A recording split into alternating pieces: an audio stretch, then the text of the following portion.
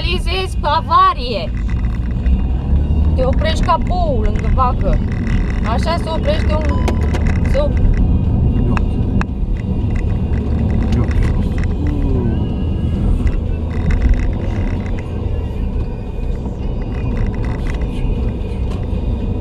Dar până lasă-mă să mă așa de capul meu.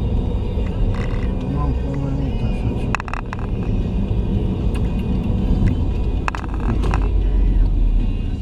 E fix omul ăsta.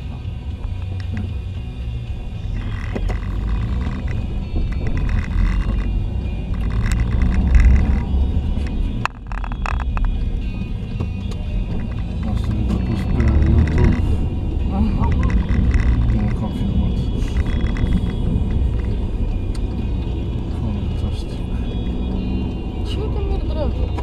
Nu, pe bune, chiar la halul ăsta. Nu știu, suntem în India.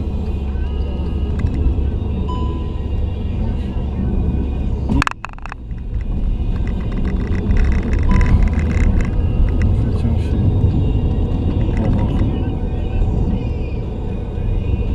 Nu, așa la s-a oprit ca bou în mijlocul drumului. De unde să văd eu că el are o vacă în față? Până când o pui pe avarie și... Păi da,